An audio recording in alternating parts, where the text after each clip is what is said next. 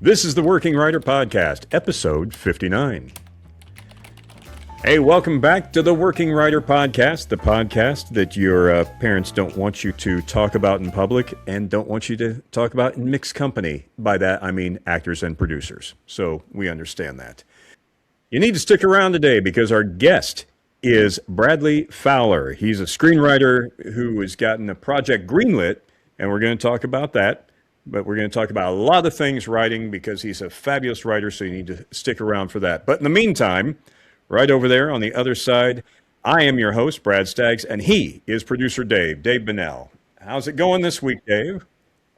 It's excellent. Good weather, good people. I'm having a nice little month where I get to play catch up on stuff. I had a big shoot over the weekend, and now it's just kind of like I'm in editing mode. So I'm taking some time to clean up a few things and reteaching myself a new editing program so I can just stay in one program and finally get rid of the Adobe shackle. Nice. Which program is this? DaVinci Resolve, which I use for color. I use it for color, but I don't like the editing. I've never really jumped into it just because, the muscle memory that you have from the programs, it just slows you down so much. But then I just kind of force myself. So I cut the last podcast that we did in DaVinci, and I'm going to probably cut this one in DaVinci as well. Just to be like, it's not that bad. It's just finding out where the things are. I look forward to being colored green for the rest of the time. Oh no, we ain't done. We're throwing a cheap ass LUT on you. That's all we're doing there. Good. I look forward to that. Wow. But tell you what, enough about us. Why don't we go ahead and get to our guest, Bradley Fowler, right now. Our guest today is a screenwriter and actor who comes to us from the great state of Iowa. By the way, on behalf of the state of Indiana, thank you for Caitlin Clark. That's what I want to say about that. He played football for the Northern Iowa Panthers. Is that right? Yes. What position did you play?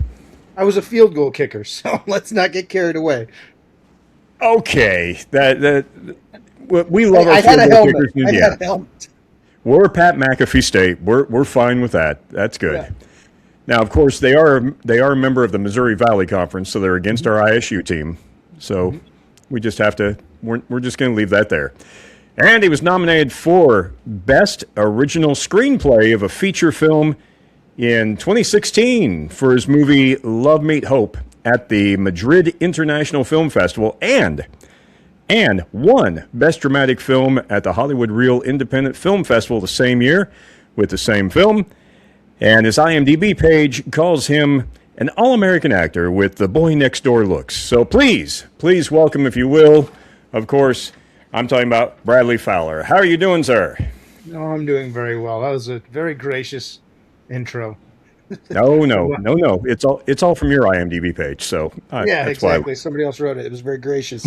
We're just thanking them. Thanks, Mike.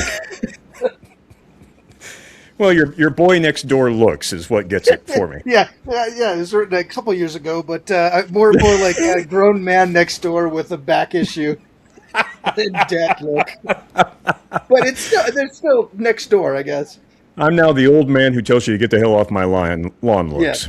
Yeah. That's not a bad look, though. That's a good look. I grew into it. Yeah, the thing about that look is nobody ever wants to talk to you, which is good. That is absolutely perfect. As a writer, that is helpful. It's very helpful, yeah. That is very helpful. You get less story ideas that way. As a field goal kicker, which is just fantastic to me. The first question we always ask is the most important question of the day. So please concentrate and answer this to the best of your ability. What is more intimidating? Looking across the line and seeing a 360-pound defensive back getting ready to shove a ball down your throat, or opening a blank page and starting to write? That's a really good question. Definitely the field goal kicking. Yeah, definitely the field goal kicking because those guys were fast and I never wanted to get hit. But I've been writing for so damn long now. It's crazy that the opening up a blank page now is it's interesting because I had a conversation with this director that just hired me, And he said the thing that he likes most about me is that when he calls and asks for stuff, he doesn't get any like, oh, I got to write. I'm stoked. Every time I get it right, I get to go pretend. Like I get to go imagine things. Like that's great. I just to me it's it's the best thing in the world. You used to be sports, but now you get old and I pretend is better, I suppose. Now all you can do is just watch the sports. You can still do the writing. Exactly. But I'm so out of watching sports. I don't watch sports almost at all anymore. Although I am going to the World Cup. But Oh, nice. I'm fascinated by story now. Like that's really what story and family really consumes my life, and that's about it. The when we're talking about opening the blank page, when you first started writing, how old were you when you actually first started writing? 18. When you first started, did that blank page scare you at that time? Oh, absolutely. But I wasn't worried.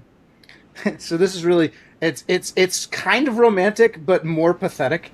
So Sometimes it's one and the same thing. so and my wife knows this story, so I don't mind sharing it with everybody. But there was a girl that I was desperately in love with in high school, and love you could replace the word with delusional, which now I understand a lot better now that I'm older. But I really was, whatever chemicals were going on in my brain and elsewhere was just all about this human. And I won't say their names because that's not appropriate. But I was in love with her, and we were like best friends. And I couldn't figure out why, we never dated. And I think a large part of it was probably just cowardice on my part, which is ironic because I don't really have much cowardice in other areas of my life. But I wrote my first screenplay as basically a thesis for why we should be together, and a love letter to her. And so it was a romance, and I knew nothing about what I was doing. I just knew that I was writing it to try to convince her that we should be together. And the script literally took me 7 years because it was late '90s, early 2000s. I had no guides, nobody, no mentors. So I was just like, I just make a story in my head, and I don't know that didn't even think that there was a structure behind screenwriting, and so I wrote it for her, and so yeah, that was horribly daunting, and then it's interesting because I got it read through a friend through my uncle's one of my uncle was a mechanic, and it was one of his clients' daughters was a high level reader at Fox.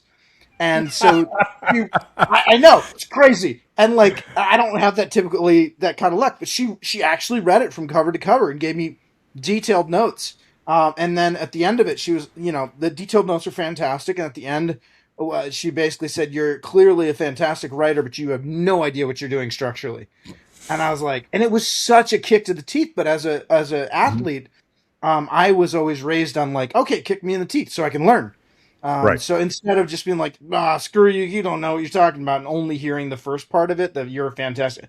All I did was hear the bad part, and it just became like psychotic on structure after that. Now, there's something I want to go back to that you said that strikes me as fantastic, especially for younger beginning writers. When you said, when you get a call from a director, sometimes producer, I'm sure, and they say, we want you to write something, you don't go negative at all. No matter what it is, you stay positive and you say, can do. Roger, got it, moving.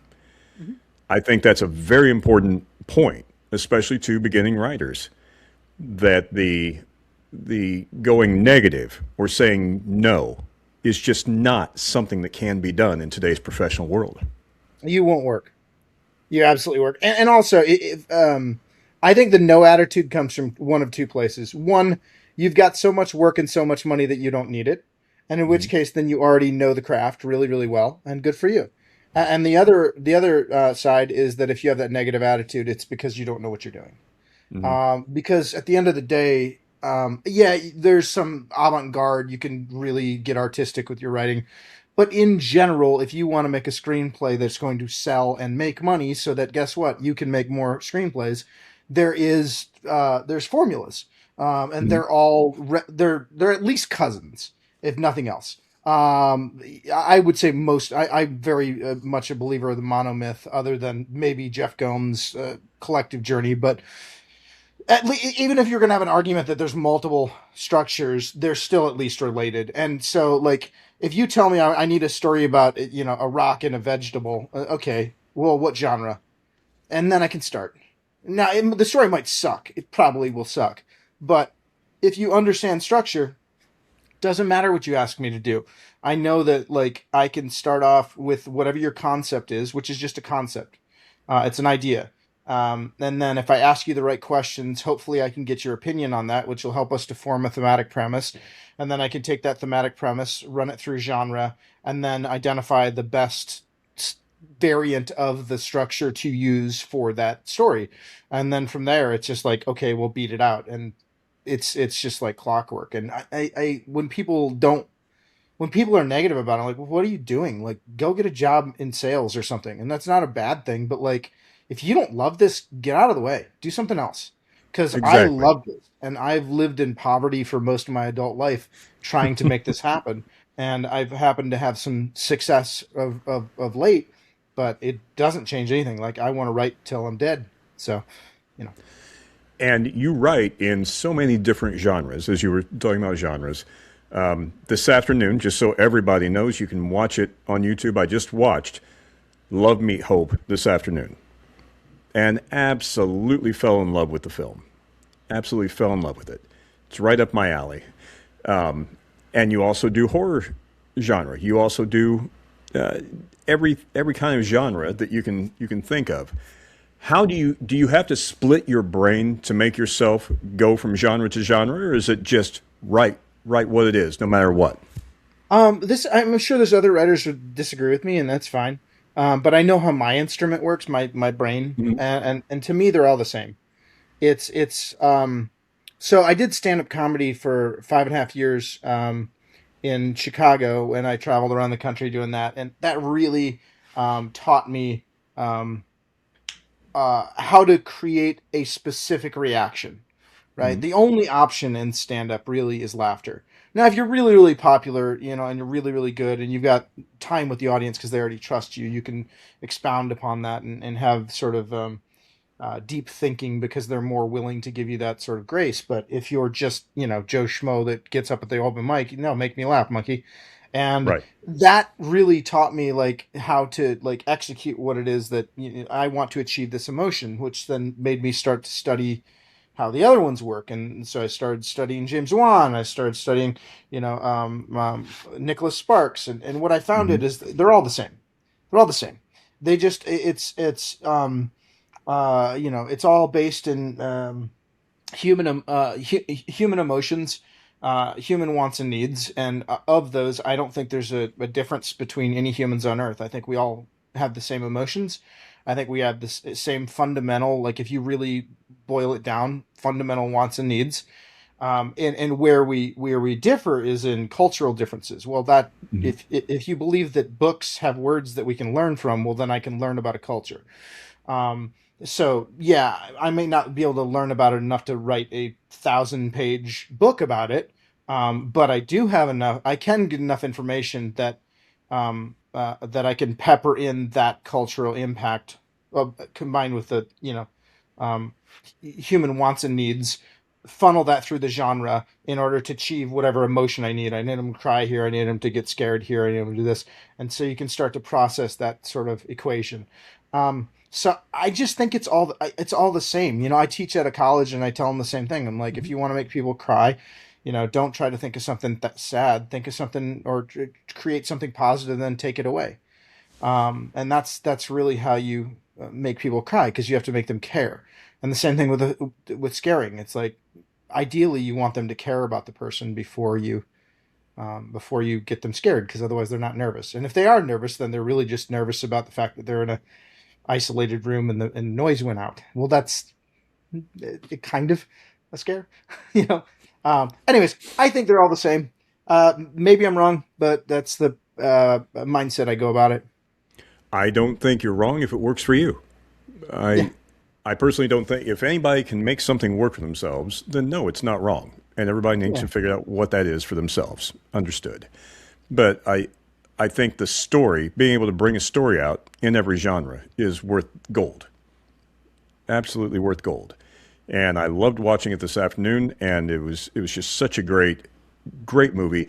And you and your producing partner Amanda came up with the story together, and then you wrote the script. Do you like working that way, coming up with story with other people and then working on it by yourself? Yeah, I mean that's the majority of how I've worked. Hmm. Well, I've worked a few different ways. I've had multiple different producing partners that I've worked with over the years, and usually that's how it works. Just because I have the most experience as the writer, so I also do produce. So it's usually like, okay, well, let's get the idea together again. Let's say get that thematic premise. Let's get where we want to go, and then you go ahead and hit the keys, and then we'll then do rewrites on it, and we'll give you the notes, and we'll make changes. Well, that's also sort of how it works typically with when I ghostwrite for movies, which has been happening actually quite frequently recently. I think I've been hired like 5 or 6 times this year. 12-month calendar, meaning not all Sure. 2026, but so yeah, that's typically how I work. I do really like the freedom of just sitting down and just coming up with an idea and doing it soup to nuts myself. But even then, what usually ends up happening is once you get into, you find the right producing partners. Well, guess what? They're your producing partners for a reason. They bring value, and if they bring value, odds are they're going to have a say on the story. Um, and so it ends up inevitably almost always going back to that similar partnership, anyways. With having people there with you, whether it be your producing partners or even by yourself, do you start out outlining, or do you try to just work through a vomit draft first and then worry about doing the refreshes after that? Honestly, I take it's interesting because I know when you talked to Mark, Mark said I have it down to a science, and I kind Well, of do science for Mark's me drunk a again. lot, so yeah, I understand that. But the way it works for me, so right, so I have a very specific method that I use most of the time, Hmm. um, but not always. Sometimes I shift from it. So I wrote a mockumentary um, uh, in February, and I'd never written a mockumentary before. So I knew exactly where I wanted my um, sort of story structure to come from. Like, there's lots of different types of mockumentaries, but like, which one has like the tone and the pacing and the type of comedy that you like. So what I will sit down is I usually try to take 2 or 3 movies that I want to mash up, and then I watch them and I'll write like very intricate notes and I'll take timestamps to say, okay, where did these moments happen? Why did they Hmm. happen? Um, and then I look at it based on like a genre rather than that's that story. I'm going to recreate that story. It's like, well, why did this documentary go in a pattern of like where they'd set up something that was based in what would be considered the real world, right? Two roommates together. Um, and then there was always some sort of punchline that was a cross pollination of that, like What We Do in the Shadows, like roommates meets vampires. Right. What are the two things that are stereotypes, and then we're gonna mash them up. But it always started with like a long form, like, meaning like a minute or two setup of like the roommate thing, and then the joke usually came when those two things intersected, right? Hmm. And then it's like, well, then what's after that? Is it a bunch of like quick cut tags, which are here's some other variants of that same joke, which is a sort of stand up comedy rhythm. And so I would take that and I go, okay, well, that's how that specific thing works. Or like, is it Parks and Rec where it's got a little bit more heartfelt? Is that part of the soup a little bit more? And how did they do that? So depending on what the project is, I really sort of go, okay, is this something that I know inside and out? And in which case, I either start with an outline if I really feel as though I don't have it squared away, or I will literally just go right into the draft. But I write it in sections, all based on structure. Right. So instead of saying I'm just, oh, let me see what moments I have, or let me see the little cards you put on the wall. I don't do that. I go, okay, I know I need to establish all these things about this character. I know I got X amount of pages to do it, and I beat that all out. So like a small outline, like say 3 pages or whatever, where I know my Hmm. characters and other wants and needs.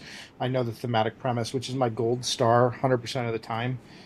And then I go, okay, well, what are those characters' wants and needs, and what are their relationships with the thematic premise, and how does that filter through genre? And if it is filtering through that genre, what circumstances? Okay, well then I know that with this thing that's based on like a traveling across the country train movie, then I know based on genre, wants and needs, and thematic premise, then what are the things that are possible that could happen there? And then my brain starts to play with it.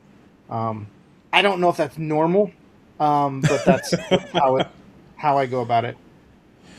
I have never met a writer who could use the word normal in describing themselves in any way, because everybody has their own way of writing. And Yeah. I'm never going to say that any one person's way is wrong or right, but I do believe that especially first-time or beginning writers really need to get the basics down first and finding the beats, whether it be a beat sheet, whether it be like what you do with going through and seeing how those beats come into a unified whole. I love that because I think that's very important, because I've run into too many beginning writers that want to be the anti-writer. Yes. They want to do something different. And I try to explain to them that the people who do something different have been doing it for eons. Yeah, and you ask yourself, well, why? Why is this different? And if you don't understand why it's different, it means you don't understand what is the norm. Right. You can't I break a couldn't agree more. stereotype unless you know what the stereotype is. Yep. And the structure. Like, I'd say one thing I do. So every single movie, like I said, I don't write a full prose outline necessarily, but every single movie, I do this. Excuse me. I used to do it handwritten, so that it was just like that was my way of drilling structure in. Because again, this lady from Hawks told me I didn't know what I was doing, so I was like, I don't like that. That doesn't feel good. I really like this. I want to keep doing this, so I better learn how to do structure. And so, like, I started off Save the Cat, and then I started, studying Hero's Journey, and I really like Christopher Vogler. Really like that version of the Hero's Journey, which again, they're all different variants. But what I would do is I would literally write out all the beats. So I'm saying, okay, what am I doing? Okay, let's just say I'm using Save the Cat. Okay, I'm going to do Save the Cat. We mentioned horror, so I'm going to do a monster in the house. Okay, what is my monster? What is my house? What are the rules? I literally, instead of writing down necessarily what my story is, I would write down the rules. I would pull the book out. I've got these books open and shut so many times. I have multiple copies of them. Right. So I would rewrite it every single time, and I'd say it's this page, and then I'd write out the rules, and then while I'm writing out the rules, my brain would start to fill in the blanks, so I'd make little notes. Okay, and then I finally switched from there because I'm like, I've got like a shelf full of like 20 or 30 movies of these things, and then it's like, well, it is 2026. I probably could do this digitally. And so I finally in the last probably 2 years started to do that digitally, and it's great because now I've got a master template, and I just run through it, and then but also I feel more comfortable now. Like, I know the beats, I know them like almost memorized, so I don't need the process of actually rewriting them. But every single time, it doesn't matter how many movies I write, I still go back and cross-reference them. Like, oh shoot, I forgot that moment. Why isn't this working? It's like, oh, dummy, because you didn't set it up. It's like, why does this thing not work? Because you didn't say anything at the beginning. Nobody knows what you're talking about. Which, I do that with my wife a lot. So, she's not privy to what's in my brain. What's more fun for you to write, the antagonist or protagonist? Oh, man. I don't know. Again, two sides of the same coin, but I would say antagonist. I really, really like the anti-hero. There's one that I wrote. I won't share it here, but I wrote my first television show in January. I wrote a 9-part, Nice. 9-part like prestige HBO drama, and it's based on an IP that I don't own. So it's like the odds of me ever getting to do it are almost nil. But it's been in my head for years. So I'm really hoping that I can at least pitch it once. But the process of taking this IP from my childhood that is a villain, and sort of exploring the idea of it being a little bit more than just a villain, but more of an anti-hero. I love that. I love playing with that. How about you? It depends on the script, honestly, because I have some characters that I absolutely love as the protagonist, but then I have other characters that I think I spent way too much time fleshing their world out as the antagonist, just because I get so hooked on them. So Yeah.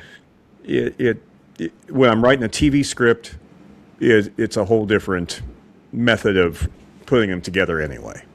Sure. Sure. So it does. It depends on the script. I love a good guy who doesn't know he's doing bad things. Yeah. Yeah. That's so much fun. That's so much fun. You know, I find also one thing that when I get too many characters, I find my protagonist usually is the one that suffers, because I like to use some of those secondary characters to give them a little bit bigger personalities. I right. think that's the comedian in me coming out sometimes, and then at times I think it sort of sucks out a little bit of the life from the main protagonist, but not necessarily in drama. But in other genres, I find it to be more often the case. Anyways, I think the antagonist doesn't, at least from what I have written, the antagonist doesn't need as many people around him or her to push them forward. yeah, The unless you're skeleton. protagonist needs somebody.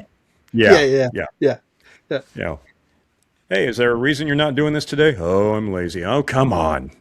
They Exactly have to right. have someone.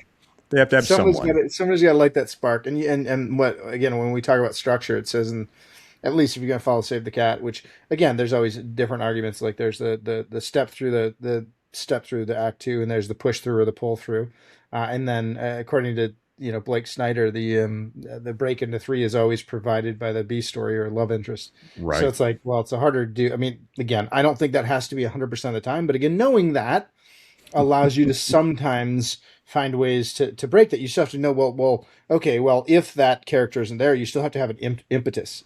You still have to have something that's representative of that B story, or even if it's, I mean, Tom Hanks on an island. My guess is there was something that was representative of a B story, and I haven't seen that movie since high school or whatever, but something that probably pulled him into to Act Three, or gave him the necessary information to take that step forward. You youngins, I haven't seen since high school. Well, I mean, I saw it. I just haven't seen it for a long time. Oh, hi. Hey, this is future Brad, or past Brad. I can't really keep that straight. Just interrupting you for just a minute to tell you about our sponsor, Fiberglass Freaks Batman Museum. That's right, an actual museum dedicated to the 1966 Batman TV show. What could be better? It's right here in Logansport, Indiana, and it is an amazing place. Mark Rakup, who owns the place, is actually DC and Warner Brothers' only official builder of 1966 Batmobile replicas. I'm not talking some little toy, I'm talking about a full-size working car.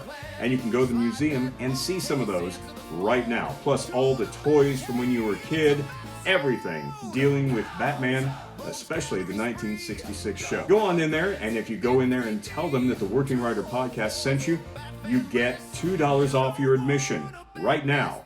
So go in, you have no excuse not to go. So let's go back to the show. I'm sure it's more interesting than I am.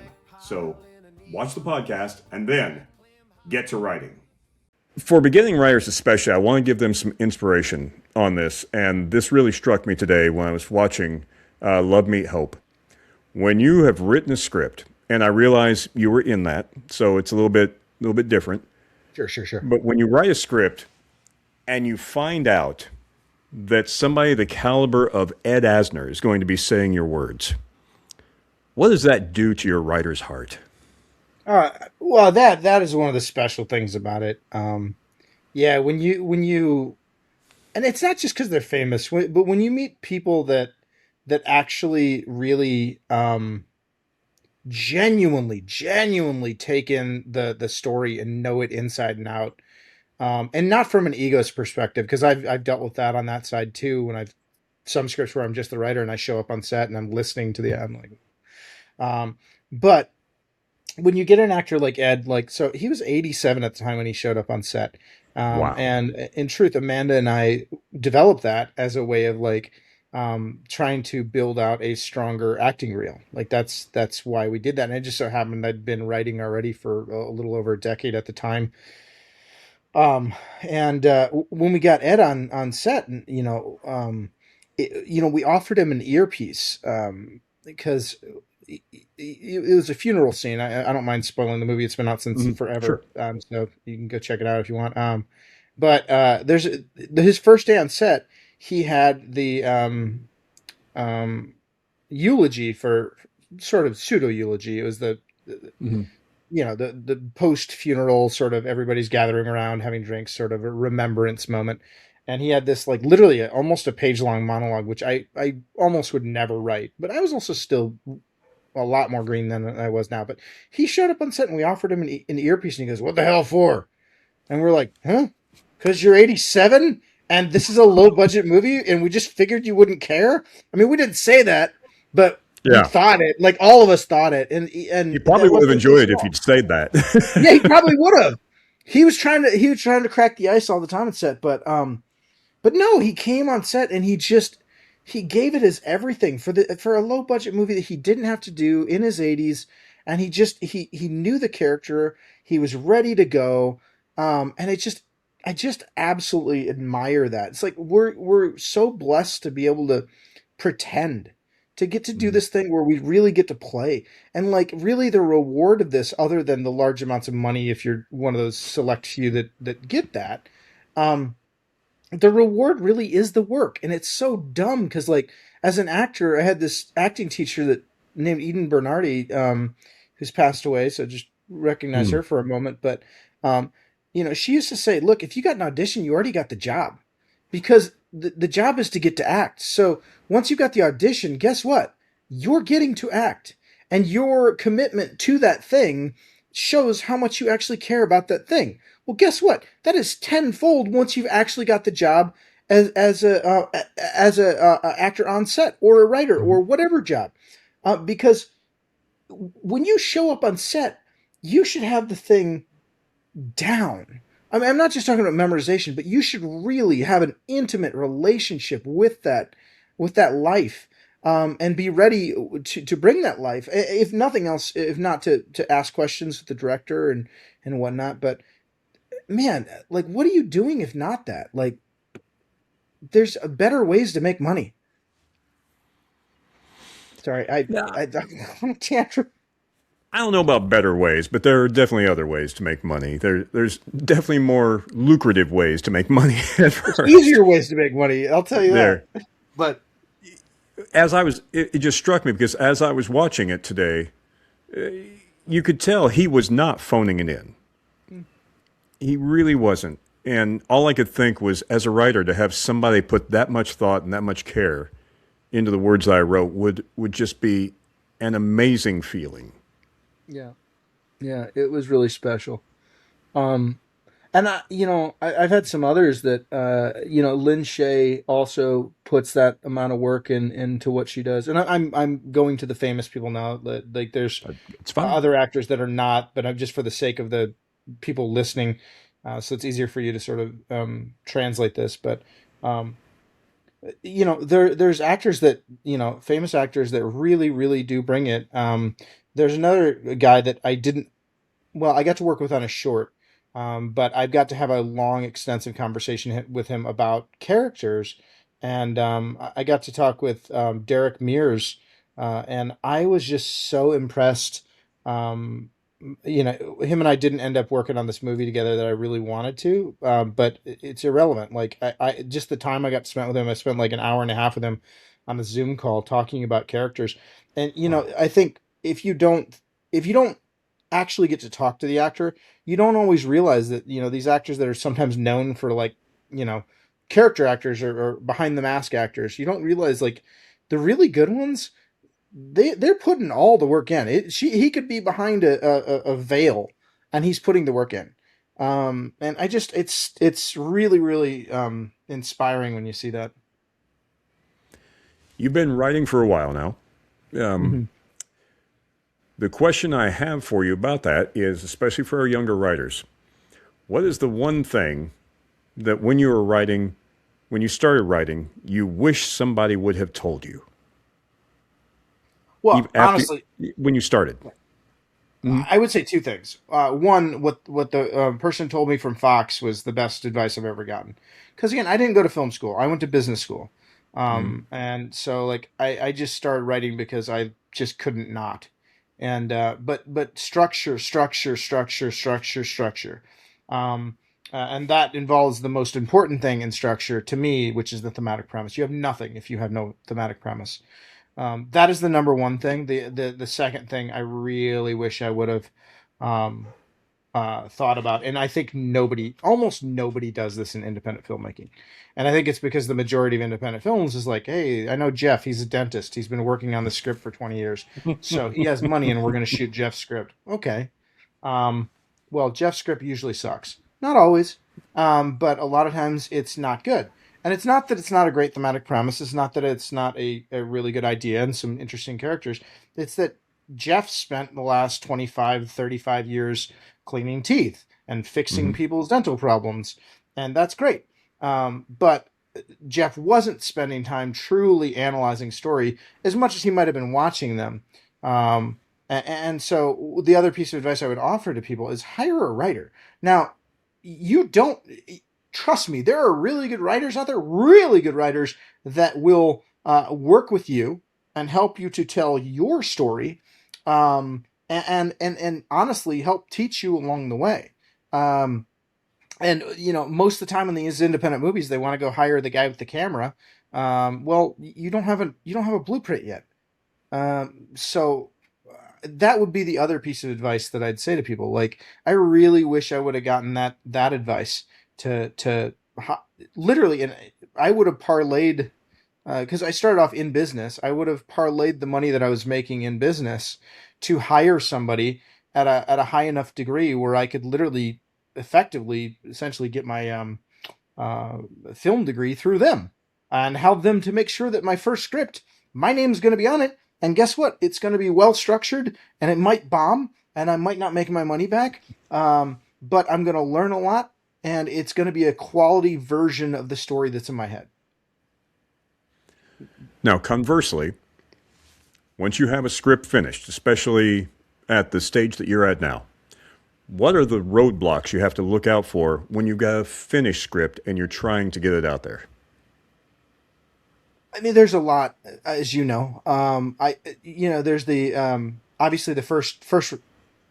Well, I don't know. Man, that's such a tough question because this business is filled with That's what we're roadblocks. here for. We're here It's to like the ask the road tough is questions. mostly roadblocks, and it's like a 300-mile trip through the desert, and 90% of it is speed bumps. It's like um yeah. Uh, I I would say the one of them is ego. I think I've never Mhm. met a writer, me included, that doesn't have an ego. And one of the things that I've really learned through doing a lot of ghostwriting here, and like I said, I've been hired quite a few times in the last calendar year, is like I put my ego aside, and it's been such a blessing. And I learned that on Slaughterhouse because I had to work with a lot of people, and it was a high enough budget, high enough level where I needed to step my ego aside and say, hey, there's some other really smart people in the room too, so maybe my idea is not always the best one. Well, that sort of prepped me to now getting hired to do these other ones where Jeff the dentist is starting to call me, and I'm going, hey, okay, so here's the deal. Let's talk. I'm going to ask you the right questions without trying to bog you down about what structure is, so that I can guide you to get the answers which I need, which is thematic premise, which is genre, which is characters wants and needs, without just flooding you with it. And then once I have those things, then I can start to piece it together. Well, great. Once we've got that agreed upon, I'm going to write a story. Odds are it's not going to be exactly what's in your head, and therefore you're going to come back with notes that are largely going to rip the backbone out of the entire thing. Now, that will destroy the story. Now the knee-jerk reaction is like, "What the hell's wrong with you?" you know. But no, they're paying for it. It's theirs. Now that doesn't mean that you shouldn't mention something like, "Hey, here's why this works, and if you do this, I'd like you to read it and consider what it does at the end, because I know you liked these scenes here." Well, the reason you liked them are not just because they were pretty, but because they made you feel something. Well, the reason they made you feel something is because of this stuff over here. Now let's take it out. Let's change it. Let's rewrite it. Let's rewrite 60% of it. You hired me. That's fine. But in the past, when I was a younger man, my ego would have been a bit stronger than it is now. And I think that's a major thing that I think writers really gotta, if you're gonna get hired as a writer, you need to be able to have a healthy ego that you can at least wrangle a little bit. I will have you know that the dentist genre is a very underserved genre in today's film milieu. It's very ever since Jeff, Dr. Giggles really, when Dr. Giggles came out, it just it's like, are you gonna put your foot through a Van Gogh? Like we already did it. Like between that and what was the one with Audrey 2 in it? Little Shop of Horrors. Little Shop of Horrors. Those are the two dentist movies that have covered everything. And both times it knocked it out of the park too. We did it. We nailed it. Why Steve Martin as a dentist. What more do you need? I mean, come on. Nothing. Is he singing? Is he dancing? Great. We're done. Okay. Sorry, Jeff. Your dentist movie's out of here. I apologize. By the way, if you're a dentist, please don't be offended. Call me. Of everybody that we could offend on this podcast, it's going to be the massive dentist contingency out there. It's a big indie market, though. Remember to send all letters to producer Dave. He'll know what to do with them. He lost half your audience. Our numbers just went way down. I'm sorry, Dave. We've reached our peak dentistry here. I actually have a teeth cleaning coming up next week. I'm going to pitch a project while I'm there. When they start, you think it's a cleaning. When the drill starts coming out, watch that out. It's not a podcast. Go to sleep. True story. Tomorrow is National Root Canal Appreciation Day. Oh, wow. So the fact that you know that is ridiculous. It's old radio trick. I have to. No. I did play that part in Little Shop on stage, so I can say at least that. But no, old radio DJ trick. You just have to know what all the holidays are to fill space. Sure. Yeah. So now let me get back. Let me get off of Dennis here. Sorry, dentist. You have a new script which has just been greenlit. Now, I'm not going to ask you what it's about because we don't need the lawyers to zip line in from the ceiling and start throwing sleep darts in your neck because of NDA. But what can you tell us about it? I can tell you it's a horror movie. Okay.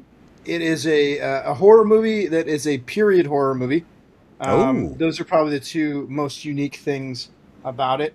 It was really fun though. Like I actually got involved in the project. I was acting in a movie in Mexico last summer, and I ended up meeting one of the production people, one of the crew, and we just hit it off. The guy was a Marine, and again, I'm not going to share because I don't want to, in case he doesn't want me to get it out there. But he's a I Marine, met him. so we'll use small words.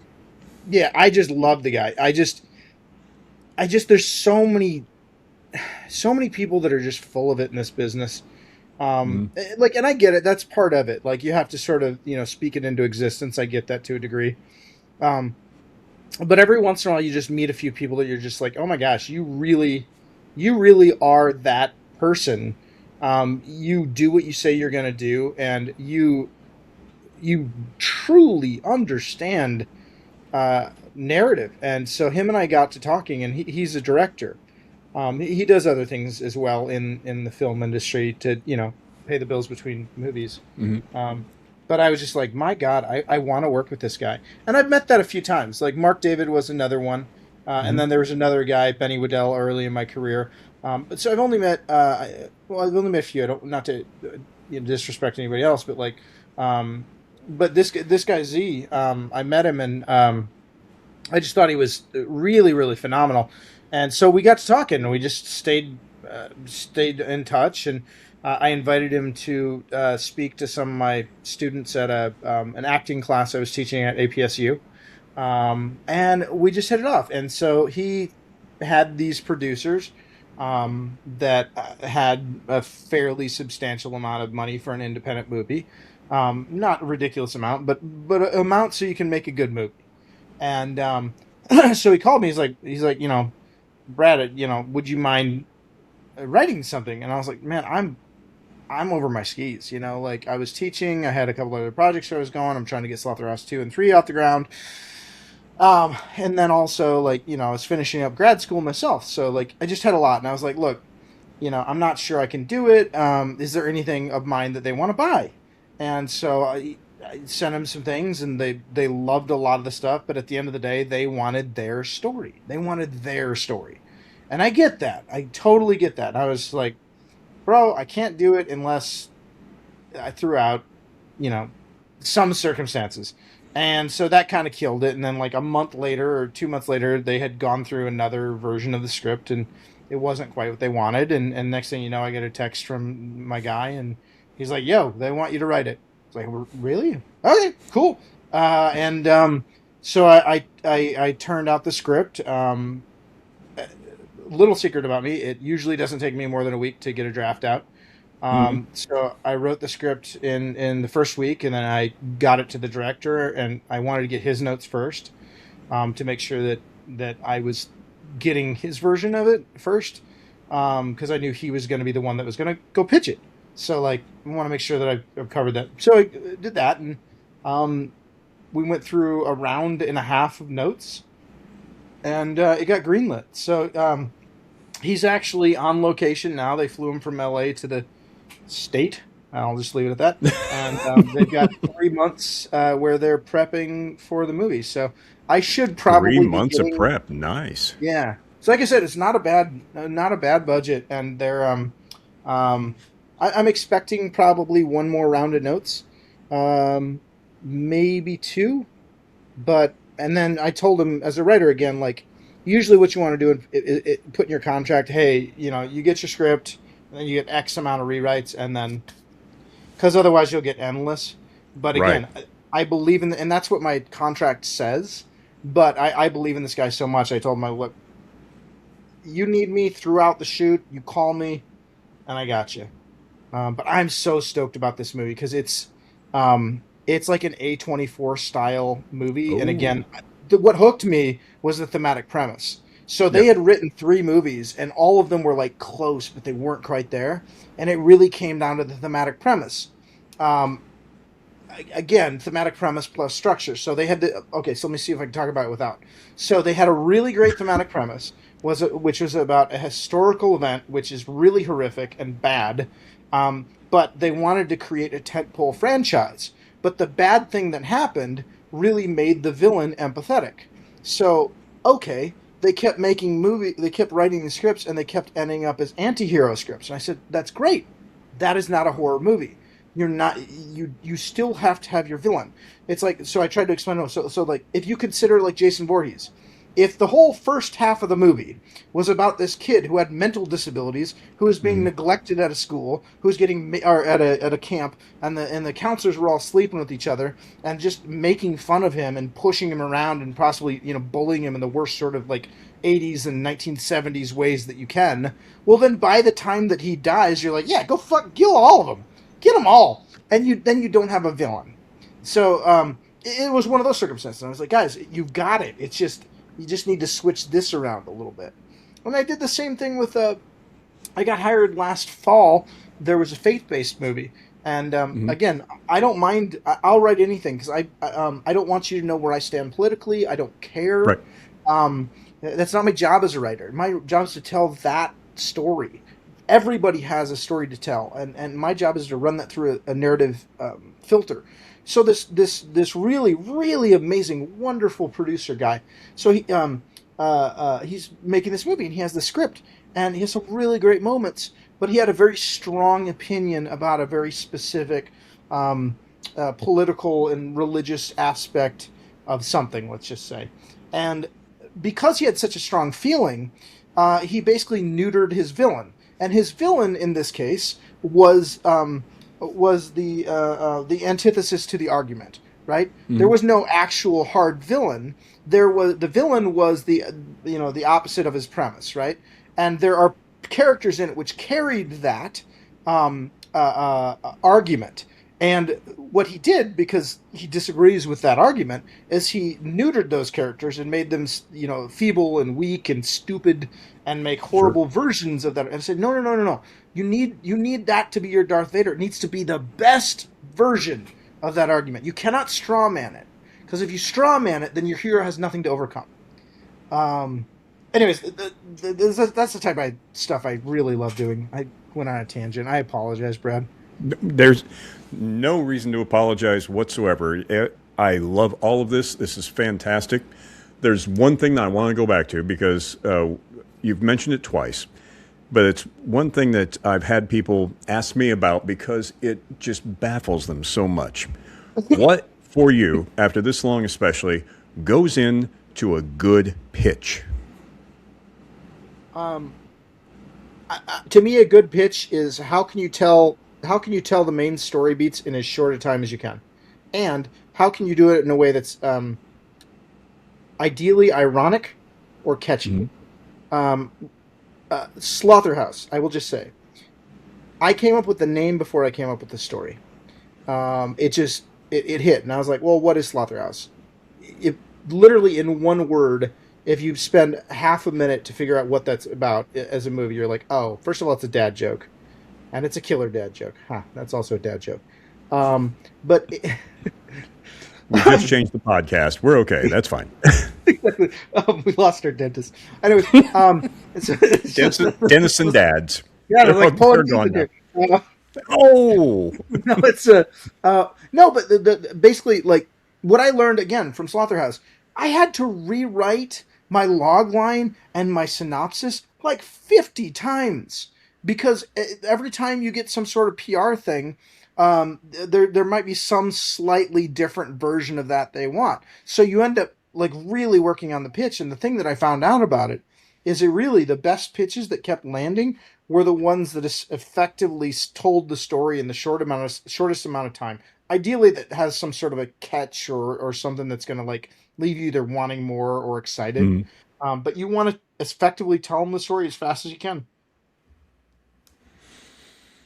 I love it because it's one of those things that a lot of beginning writers get worried more about the log line and the pitch before they even get their script where it should be, because they've been told for so long, worry about those two things. And I'm trying to get people out of that.